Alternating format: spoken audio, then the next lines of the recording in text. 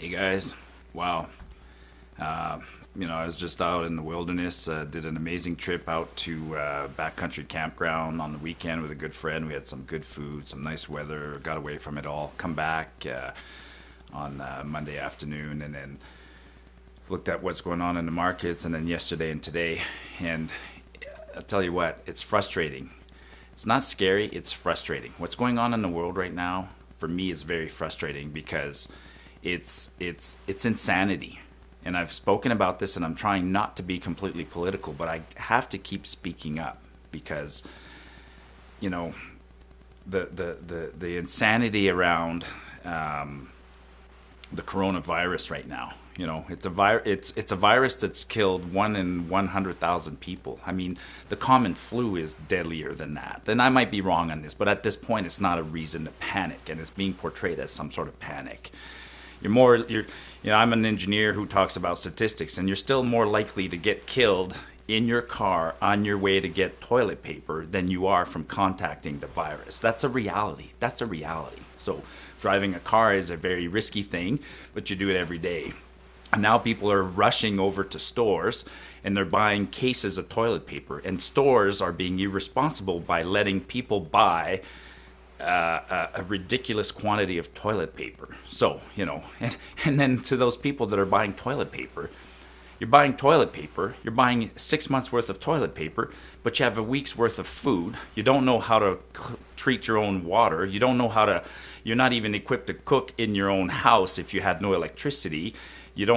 So you have 6 months of toilet paper, but 1 month of food. Where's that going to end up for you? That's completely insane. And normally what happens in these kinds of situations, where do we get that common sense? Who brings us back to common sense? Well, it's our leaders are the ones who are supposed to say, everybody calm down and let's bring back the common sense. Well, I live in Canada, and I live in a country right now where we have absolutely zero leadership. Zero. I mean, where's Justin Trudeau at this very moment? I just looked at his tweets, and he's tweeting about the meeting he had with the premier of Bosnia or something like that. And then yesterday they passed a law on something, I don't know, conversion therapy. I don't even know what that is, but he seems like he's putting his head in the sand.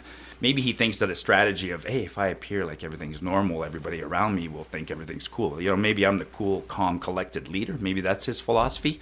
But he's not the cool, calm, collected leader. The cool, calm, collected leader is Alexander Ovechkin on the hockey team when the team is down 3 goals and he gets on the ice and he scores 2 to bring the team back to within 1.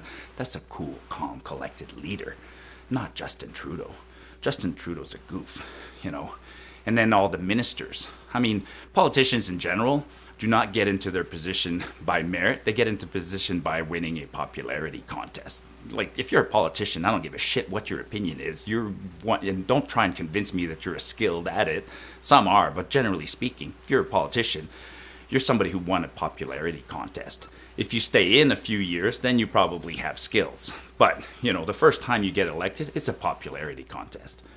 And then, look at me. I'm an engineer. I've been promoted, and I've promoted people over the years. And when I promote somebody, and they ask me about the corner office, I always tell them, you're not getting a corner office. It's not a reward. You didn't get promoted as a reward. It's not a reward for what you've done.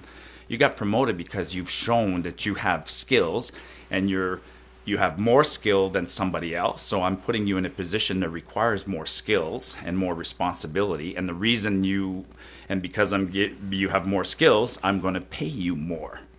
That's it. But it's not a reward. It's not a reward. You've actually been selected because you've worked your butt off, and now I'm going to pay you more because I'm going to ask you to do more.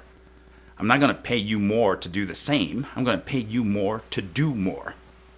So now you have politicians that get elected, and then you have ministers. You have ministers in Canada. Ministers, the Minister of Indian Affairs right now, the Minister of Transportation, the Minister of Health are all babbling idiots, unable to do anything. They should be in front of us telling us what their plan is, what's going on. But now we realize they had no plan, which is terrible.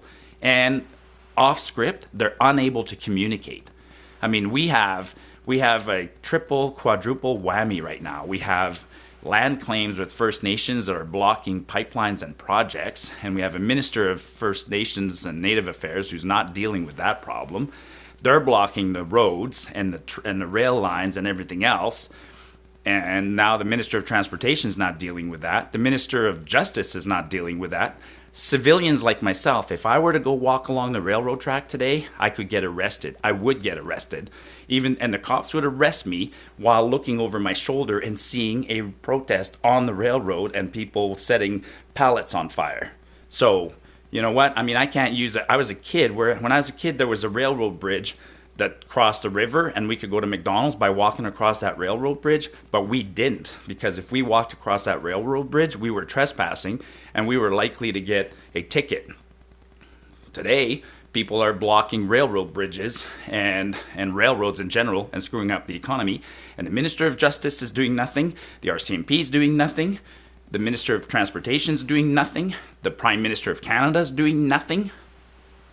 So we've elected an idiot who then appointed his friends in positions of privilege who are incompetent at their job. And now I'm going to turn it to you guys.